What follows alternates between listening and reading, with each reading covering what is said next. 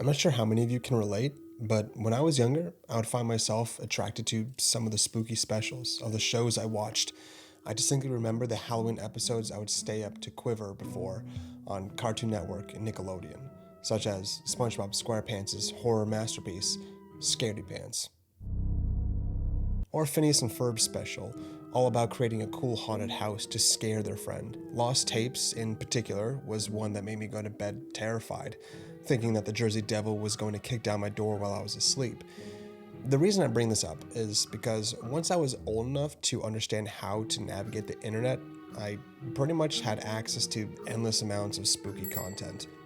And one of the forms this took, as I hope some of you can relate, would be readings of creepypastas on YouTube.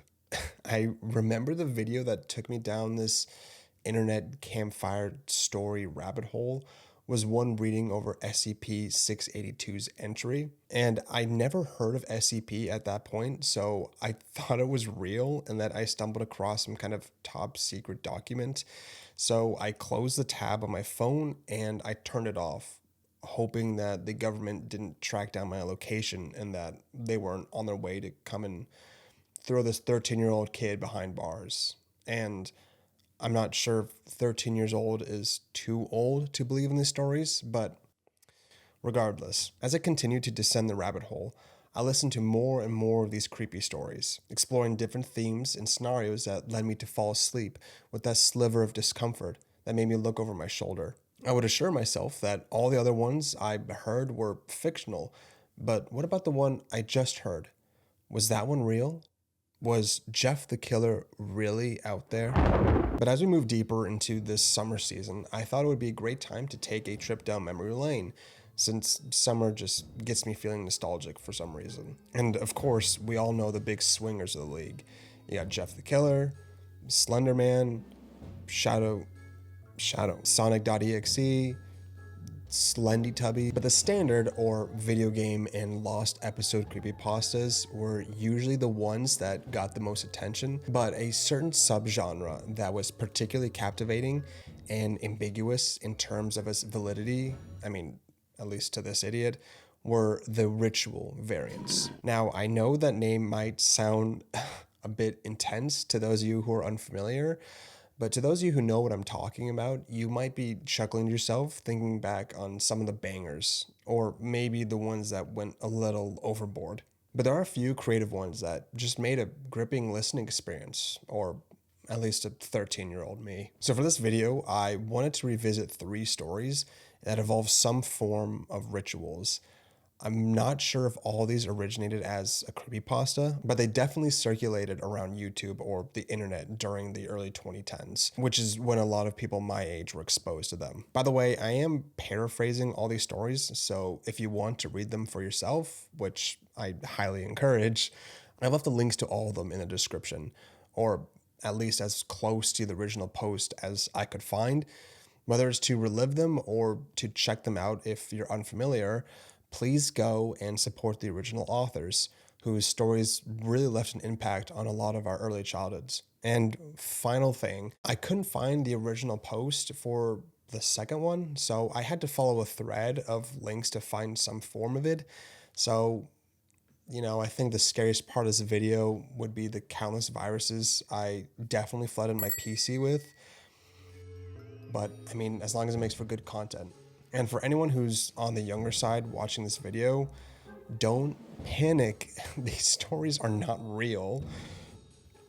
Or are they? Okay, so with all that out of the way, let's get started with what is probably the most well-known ritual creepypasta, and that is the Three Kings ritual.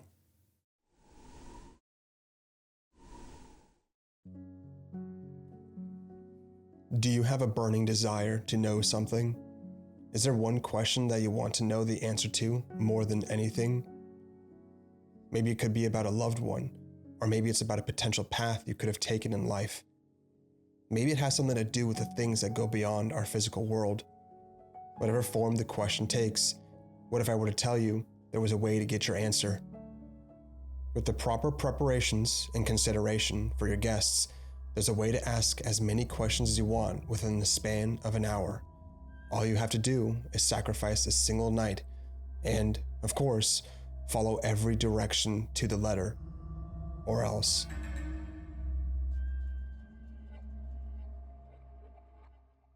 This ritual, posted by Fable Forge on r/nosleep back in 2012, isn't titled The Three Kings, or something adjacent to that as you would expect, but instead it's titled, Please Don't Actually Try This, which is actually a bit of a running theme you might see with these stories. The post begins with OP, that means original poster, for those of you who don't know, which I didn't until like 6 months ago, but they lament over the fact that their account has been used to post snippets of their life, which they get kind of tired of. So for this particular post, they wanted to put out what they refer to as a, quote, recipe instead. They go on to say that, quote, this is not creepypasta, which may invalidate the story's inclusion in this video, but we'll pretend like we didn't see that. OP goes on to drop the bombshell that they hold the knowledge of a mysterious and ominous place called the Shadow Side. But apparently this recipe is on the list of ways considered relatively safe to gain a very limited access to this alternate plane of existence. You can't step into this different place, mind you, but you still may be able to glean some secrets within when following the exact protocol OP lays out. The title is what it is for a reason, because the efficacy of the ritual is dependent on how serious you take the poster's word, because as they put it, your mileage may vary. It seems this shadow side isn't as foreign as we might imagine, because OP says that this is a place that we've all seen when we have recurring dreams, whatever that means. And you'll notice that the poster is crypted with a lot of information, and some decisions or things pointed out about this alternate realm are pretty esoteric. But they don't say you shouldn't necessarily be afraid of this place. They do make the distinction between being wary and being afraid, as fear fuels this place or whatever lurks within, which was devastating news to preteen me, because I know I folded out the title alone the first time I came across the story. Now here's where OP really hammers home the preparation aspect. This is something that you need to get perfect. They liken it to skydiving, saying, quote, if getting it right on your first try is not something you're good at, then this is not for you, end quote. They then warn against doing this ritual when you're not sober-minded, or if you're going through some form of trauma in any aspect of your life, or if you're just not good at following directions, which my ADHD squirrel brain would have probably led myself to my own doom if I tried this. But this is where we get our first reference to backups or failsafes, followed by the name of the game, The Three Kings, which the name will make sense later on, as will the failsafes. So what do you need to play this game? Well, let's go down the list. First, you'll need a room to, actually carry out this activity. But the caveat is that there can be no point for any light to enter. Even if this ritual takes place in the dead of night, not even ambient lighting is allowed, which is why OP points out that windowless rooms are actually pretty sweet for this purpose, or just ensure that all the windows that exist are completely covered. You'll need a pack of candles, and I'm not sure how many, because OP only ominously notes that you only need one if all goes well. And also bring a lighter, because you have to actually light the candles. They're not just for decoration. You'll need a bucket of water and a mug, and this is considered one of the backups if things get hairy down the line. A fan, again, this is another failsafe if things have gone completely wrong, and I think it has to be a standing one, or if it is a small one, just have something that props up to about chest high. You need 2 large mirrors, not full-length ones, but big enough to capture the upper body. And you also need 3 chairs. You need an alarm clock or the alarm app on your phone, which is the next thing you need, a fully charged phone. And it would be wise if it were at 100%, since it could lead to a false positive if it were to die at a certain point. But you'll see what I mean later on. You also need some kind of cherished possession. It could be a toy or object from your childhood, or something that just has a lot of significance for you. Finally, you need a friend or a family member who's willing to do it with you, and crucially, believe it as much as you. Okay, so you got all your knickknacks in order. What do you do with them? Well, now we enter the setup phase, and it begins at 11 p.m. I'm not sure why, it's never explained why we do it at 11 when the actual game begins hours later, but maybe punctuality is important to the shadow side, I suppose. So go to the room you've chosen, and you can do this phase with the lights on, but the first thing to do is to set up one of the chairs facing north, and OP states this is important, and this will be your chair, or throne, as these chairs will be referred to from now on. But now, take each other throne and have them face the first, and I interpret this as some kind of like triangle formation, and the distance between them should be about an arm's length. One throne belongs to the queen, and the other the fool. Next, take the two mirrors and place them on each throne, and this is why I think it's a triangle formation, because the mirrors are supposed to face both you and each other, so they're both sitting at an angle. And OP says to make sure that they're resting as close to a 90-degree position, I assume upward, as possible, because you may not be able to catch everyone, or an improper angle might pick up more than 3 kings, as the poster warns. So if you have everything positioned right, you should be able to sit in your chair and stare straight ahead, still being able to glance your reflection in both mirrors from your peripheral without moving your eyes or head. Next, take the bucket of water and the cup you have with it and place it in front of your chair just outside of your immediate reach. Now, take the fan and put it behind your throne and turn it on. But you don't want it to blister over you during the game, since you won't be able to hear anything, or it could stop the game short. Again, more on that later, so put it on like medium or low. And that's the setup aspect of the game. Leave everything as it is, turn off the light, and exit the room, leaving the door open. Then head back to your room, put the candles next to your bed along with a lighter so you can snag them when you get up. And go ahead and set your alarm for 3:30 a.m. Yeah, I think you see where this is going. But then flip off the lights and feel free to nuzzle up with your object of significance while getting some rest. If your alarm wakes you up when it's supposed to, then things are going accordingly. Shut off the alarm, but keep the lights off. It should be completely dark in your room and the one where you set up all the trinkets. The poster then tells us we have exactly 3 minutes to light one of our candles, grab our phones and sentimental object, and make our way to the room to seat ourselves in our respective chairs. Make sure to grab your buddy too, but they cannot enter the room with you. And it's at this point where OP says you could potentially find some red flags. If your phone isn't fully charged, then abort the mission. Or if it didn't wake you up at exactly 3:30, it doesn't matter if it was a minute or two early or late, then abort the mission. If you head down to the room and you see emerging from the faint orange glow of your candlelight that the door to the room is closed, which, remember, you left it open, then do not continue the game. But even if the door is left open, and as you creep through the dark interior, discerning the furniture and objects strewn about, you may take your seat at the chair. But if it feels like something's missing, like the flow of air from your fan, which, remember, you left it on, do not continue the game. So let's say any of the above occurred, and you determine it's time to get out of there. OP lets us know that you're free to go find somewhere else to stay for the night. And make sure to bring your friend along. You know, it might make the friendship a bit awkward if you left them snoozing in a place they probably shouldn't. But apparently there isn't too much of a precedent to get out of there, since OP says you're free to grab your jacket and keys and stuff, but you still got to get out of there. The coast should be clear around 6 a.m. 6 a.m.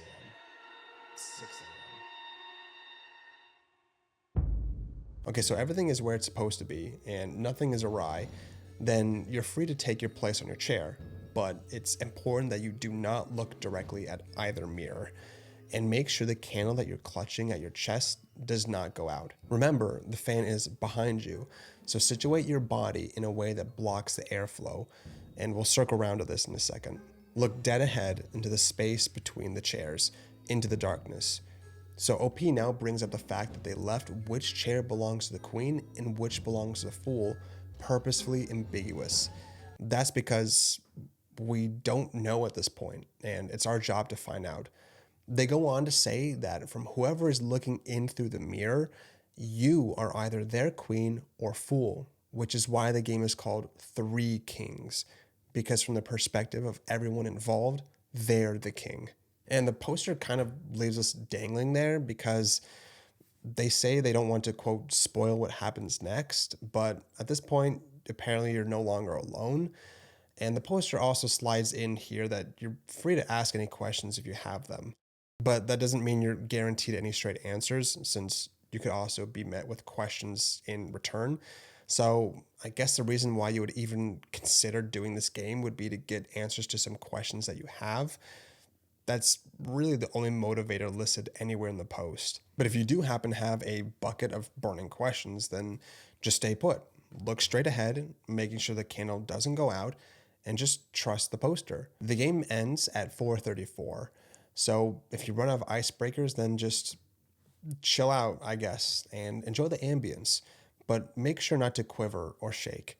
I mean, OP says it's okay if you do, it doesn't jeopardize the game, but it's just kind of an impolite thing to do in front of modest company, I guess, which is understanding. I don't think I'd feel very welcome in a home if my host was constantly in danger of crapping their pants just from sitting next to me.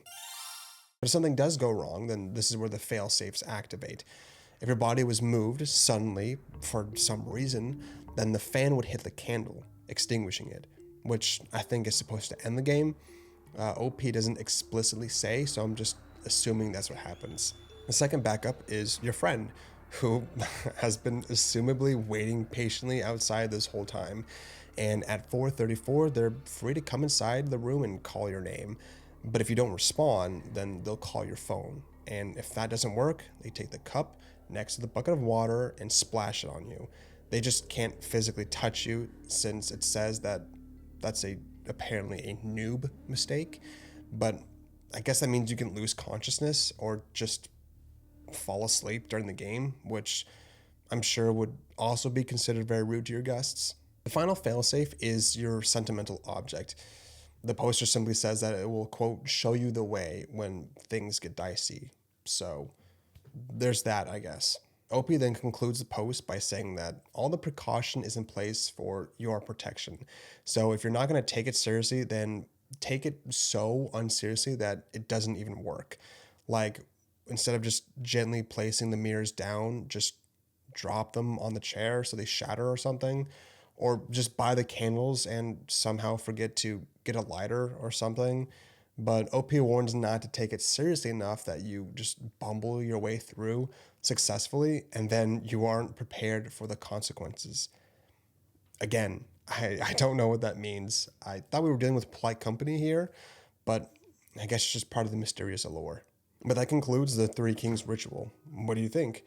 If anyone watching is around my age or older, you probably remember this from around like 2012 or 2013, and you were probably just as unnerved by it as me, or maybe not. I guess what I'm learning for myself while thinking back on these memories is that I don't think I was the bravest preteen out there. I don't think I was because I was scared of tales of such high caliber as, Jeff the Killer. I would be going to bed in a panicked sweat, just praying that he wouldn't break in through my window at night. Or when I would creak open my door and the sliver of light cutting in the room would illuminate the end of my bed, and sitting there menacingly would be the Tails doll.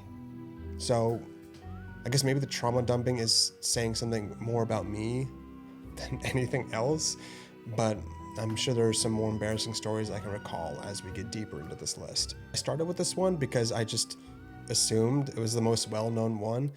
And the title of this next one, which I'm sure you guys know because they were fan games big YouTubers played back in the day, but it's called The Midnight Game.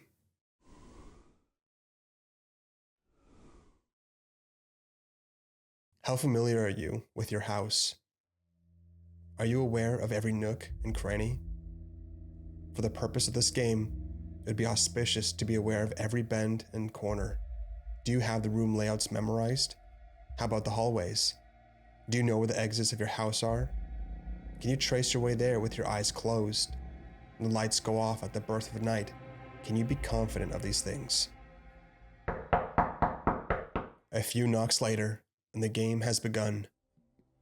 Bracing yourself within the dim glow of candlelight, can you weave and maneuver around your house freely while something stalks you from the dark? All right, so that may have been a bit dramatic, but I can't really help but get into the mood when I start reading some of these classic pastas. But what is it about this one? What are its origins, and what's it about? Well, I could only find this one through a link that led me to Imgur or Imager. Look, I'm embarrassed to say that I still don't know how to pronounce this site's name. But the post, which this version at least, was uploaded back in January 2011, gives a brief history of the game. Apparently, the Midnight Game has pagan roots, and it was supposedly used as punishment for, quote, those who have broken the laws of the pagan religion in question, end quote. We don't know what that religion is, but there's something else odd about this description to me. I guess this game, which outlines specific instructions and restrictions, similar to the Three Kings game, was used as a punishment. So the person who was sentenced to carry it out, I guess, would just have to comply with all the rules and not accidentally mess any of them up so that the ritual failed. I don't know, maybe the guilty person had like bodyguards who made sure they did it right, and then they would just, I guess, leave before the game starts. But anyway, the writer warns that there are some intense consequences of playing this game. There's a very high chance of mental scarring, and the chances of death are present, which is why the writer says that actually playing the game is ill-advised. And unlike the Three Kings ritual, there isn't really any apparent benefit to playing this. I guess it can be considered a thrill seeker activity. That doesn't really say there's a required minimum or maximum player count. So I guess this could be seen as like a Bloody Mary type of deal, like some kind of party game potentially. But whatever reasons you have, the writer says that you should do this at your own risk. So what are the steps? Well, let's go over the setup phase. It has to begin precisely at 12 a.m. And remember this time. But if you try to do this at any other point, then the ritual will fail. The materials you need are as follows. You need a wooden door, and I think this is referring to the front door, as you'll see later. You also need a candle and matches or a lighter. I hope we learned our lesson from the first game. A piece of paper, something to write on it, and salt. And not like a pinch of the stuff, but like those big bags you use to fill up the shakers, and you'll see why later. Hint, it's a fail-safe. And finally, at least a drop of your own blood. And I mean, I hope you have more than just a drop on you.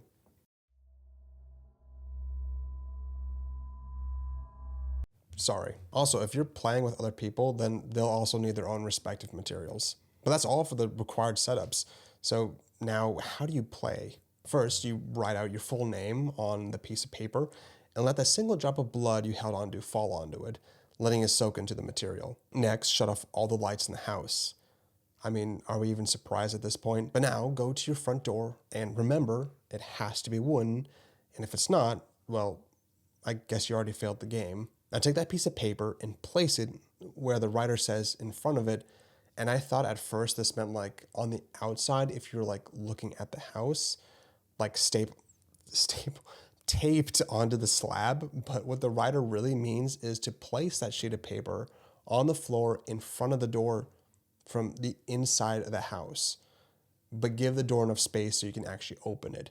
So now light your candle and place it on top of the piece of paper with your name on it. What you do now is knock on the door 22 times, and the writer says how it must be 12 a.m. on the final knock. I guess you need to be really fast because you begin this game, if you remember, exactly at 12. And the final knock of the string of 22 knocks after all the setup has to be at 12. And the top comment on this post pointed out the same thing. So I guess this is supposed to be a punishment because that sounds pretty stressful. But anyway, now open the door and blow out your candle. And what you have just done is invite the Midnight Man into your house. Relight your candle and recede back into your house. The game has officially started. And I'm not sure if you're supposed to leave the door open or close it, but a draft flowing through the house would be the least of your worries if you linger around. The goal of this game, if you can believe it, is to just make it to 3:33 a.m. And you're supposed to not get caught by the Midnight Man. Keep all the lights off and navigate your way around with only the candle. Remaining stationary is ill-advised because, you're holding the only source of light in the entire house. So if you stick around long enough, you're going to get noticed pretty quickly. So how do you know if the Midnight Man is near? Well, the writer tells us that we know he's approaching when the candle goes out. In addition, there may be felt a steep drop in temperature, or you may see trailing outlines of a shadowy figure from the corner of your eyes. You may also hear some things, like faint whispering encircling you from just out of sight. If your candle does go out, you have 10 seconds to relight your candle, which I do think is rather polite of the Midnight Man. But if you fail to relight it, then you need to crack open your bag of salt and pour a circle around you. And I got excited at this as a kid because it reminded me of the Sea Bear episode from SpongeBob. And I thought about how if Squidward were to play this game, then he'd be cooked because he could not figure out the circle thing. But if you fail at both of these things, then the creature will instill a vivid hallucination of whatever your worst fear is, and it will last until the game ends at 3:33. So you need to avoid him, basically, but also, as the writer warns, to try not to get trapped in your circle of salt. And so I take this to mean that the Midnight Man can just camp outside your circle and wait for you to leave. But if you've managed to elude him until 3:33, then he'll get out of your hair. You're good to move on with the day. You've won the game. And I don't know what the prize is, but he's gone. Like the last game, there is a list of things to avoid doing. One is to keep all electronic lights off during the game. This means your house lights, but this also means you can't use a flashlight. You can't use a lighter as your light source either for some reason. Second is when placing blood on your name tag, do not use someone else's blood. Thirdly, obviously, do not try to provoke the Midnight Man, and I think it's kind of funny how the writer warns us of this, like it's some kind of common occurrence that they had to address. And finally, please do not use this as an opportunity to catch some Z's, because as the writer tells us, falling asleep is strictly prohibited. But that's all you have to know. Instead of this game feeling like a ritual like the last one, it's more of like an invocation for a test or something, except there's usually something in it for the participant.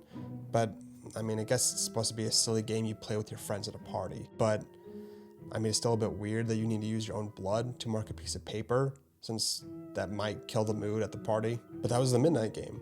And I wonder how many of you watching are familiar with it from actually have listened to it, or, which is more likely, watched gameplay of the fan games, which petrified me, but they were still fun to watch.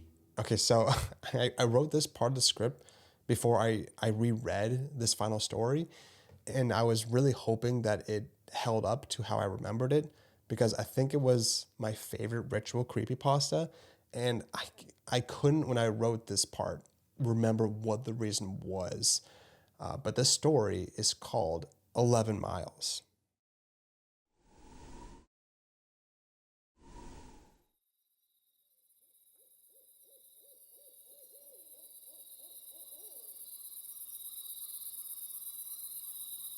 Do you have something you desire above all else? Maybe there's some materialistic thing missing in your life. If so, when you begin this game, as you slowly roll forward in your car, you may see the fingers of trees glinting like rings of fine gold. Some may desire adoration and recognition. As you approach, there may be whisperings calling out your name, longingly beckoning you toward the entrance to the grove. There's an unusual chill seeping into the cabinet, and as you turn the heat up, you notice a flaring glow bouncing off the hood of your car. It's the moon, full and imposing. You glance up to see innumerable stars flickering in the inky sky. You remember the warnings and tear your gaze away to focus on the road. The road, flanked on either side by branches outstretched like desperate arms, skim over the roof of your vehicle. You remind yourself again to focus on the road. There's a crunch in the distance, and your heartbeat kicks up, but you must focus on the road. There's rustling and crashing cutting through the underbrush. The branches move toward you hungrily, and you're certain you hear movement coming from the back seat. You come this far, and your greatest desire is only a couple miles away. Despite what happens to your car, or you must keep your eyes on the road.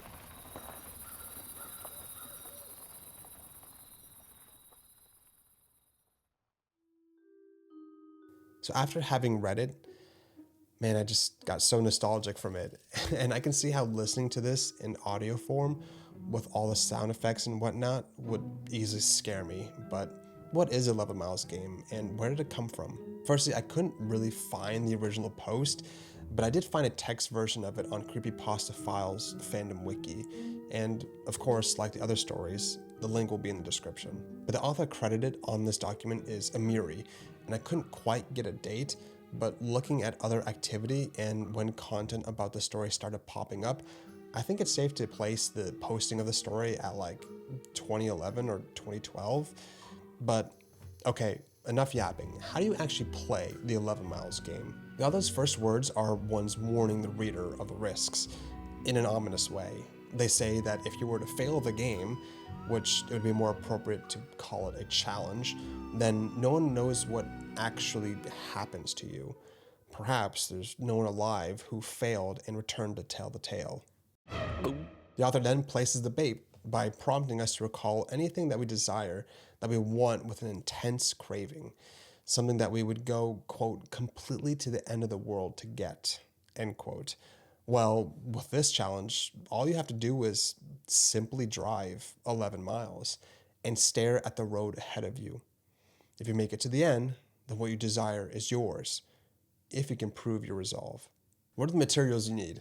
Well, just a car, really, but it can't be too big or overtly noticeable, so it probably wouldn't be smart to pull up in a Hummer or a red Ferrari. And why, you ask? Well, because you do this challenge at night. I'm not sure what time, but the dark veil can help cover you somewhat from the eyes of the things watching you throughout. The directions to where you need to go are apparently relative to each person according to their desires. I guess you begin by driving down empty roads at night. The type of road isn't specified, whether it's supposed to be on dirt paths or back roads or neighborhood streets or even highways. I don't know, but I assume the more remote, the better. And also, a time isn't specified, so I'm not sure if it needs to be at the classic 3 a.m. or at the common 12 a.m. on the dot kind of deal. As long as it's nighttime when you begin, you're all set, I think. After you follow the stirrings that relate to what you desire, you'll find yourself where you need to be. And once you begin driving down the road put before you, there are a few things to keep in mind. First thing to know is that you should not exceed 30 miles per hour, except at points otherwise stated. Another thing is to keep your windows closed at all times. The reason why I said as long as it's nighttime when you enter is all that matters is because this road doesn't belong to our own reality, so time ceases when you begin traveling down it, supposedly. The road will take you through woods, and you'll notice the temperature dropping. The author tells us to turn on the heating system at this point and keep it on. They also stress to keep your eyes on the road, but also kind of contradict themselves by saying you can take this moment to appreciate the night sky.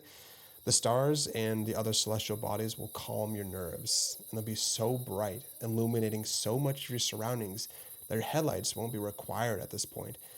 But then the author kind of contradicts themselves again here by saying not to gaze at the sky, as the road before you will disappear, even after a few seconds of looking away, and then you'll drive off into a freezing pond or lake, meeting your icy end. Not too much happens on the first mile, it's just kind of a primer, so all that really goes on beyond the anomalous beauty of the night sky is the drop in temperature previously mentioned.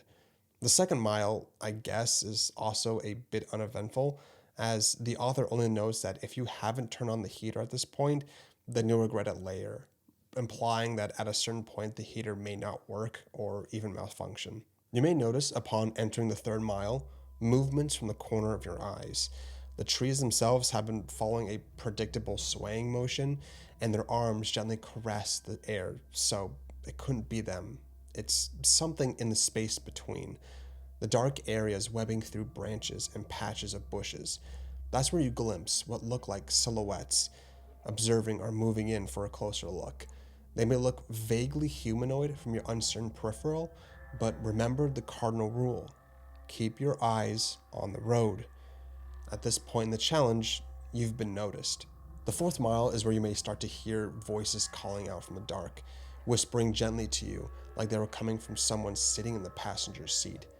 Ignore them, no matter what they say, no matter what they promise. In the fifth mile, you may come upon a clearing in the woods. The trees depart, and from the corner of your eye, you notice a porcelain lake to your left, bathed in the white light of the flaring moon, which is now extremely noticeable from the lack of a leafy canopy. Ignore these things and keep driving. There may be cause for celebration upon the sixth mile as you're over halfway there, but the author warns against it, saying that people tend to lose hope here as things will soon begin to ramp up. Despite the unusually bright light coming from the sky, the stars and moon, as if someone flipped a switch, have now become dark, leaving the sky perfectly pitch black, like the space above you opened up and you were staring up at a bottomless canyon. But then, quickly after, you are enveloped once again by the longing arms of the shadowy trees. And at this point, there is no light besides your headlights, which are now beginning to flicker. So it's here where the author knows that if your vehicle has a radio, it will switch on, producing a calm voice that speaks gently to you. If you turn it on earlier in the drive, is what I think the author means here, and you left it on, perhaps you thought to listen to something during the journey, then whatever was playing previously increases in volume and then the cadence will change until the sound produces an ear-splitting screech that will overwhelm you, causing you to swerve off the road. But if it was off up to this point, then the previously mentioned calm voice will be the thing that comes on, but it's not here to reassure you. Instead, it will speak about your greatest fear in a detailed and vivid way, weaving together the imagery in your mind if you decide to listen. But the author says to distract yourself from the soothing voice because the visualizations of terror in your mind will overwhelm you, causing you to swerve off the road. Entering the seventh mile will come with a familiar occurrence, the voices from the fourth mile. They will then whisper to you, and you will hear them from all around. Something spoken softly and a muffle sounded like it came from the other side of the driver's seat window. You'll continue driving only to hear more voices, and you hear something startling said to you. It may not be the contents that rattled you, but the fact that it came from the back seat. Do not turn to look or glance up at the rearview mirror. Just keep driving. Once you've driven far enough to hit 8 miles, you'll start to experience physical manifestations. It's been visual and auditory up to this point, besides the flickering headlights earlier, but now that's returned, along with other malfunctions. It may get really cold, as if your heater just stopped working, and tinkering with it won't do anything. If you notice any other things, like the anomalies previously mentioned, ignore them, as usual. But the author knows how you need to proceed through this mile slowly, but do not stop for anything.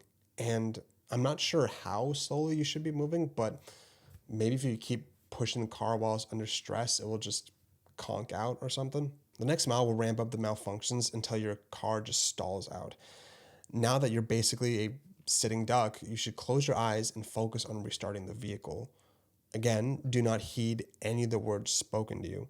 It could be mournful pleading for you to just peek for a second, or fierce demands that you open your eyes.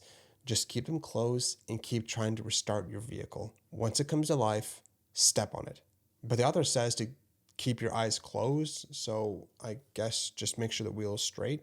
You'll know when you've entered the next mile by just merely sensing it. So at this point, you can open your eyes. The voices will dissipate at this point, and if you were to glance up, but don't actually do it, as the author says, at your rear view, you'll see beings who have been whispering and chasing after you, now following you and looking impressed that you made it this far. And when I read this, for some reason, I interpreted beings as like spirits. So I just imagined this scene as like the Force Ghost scene from Return of the Jedi, who were just posted up looking vaguely pleased. But apparently that's not much of a consolation, because the author says that they look at you this way because, well, they do so with the knowledge that you're most likely heading to your death.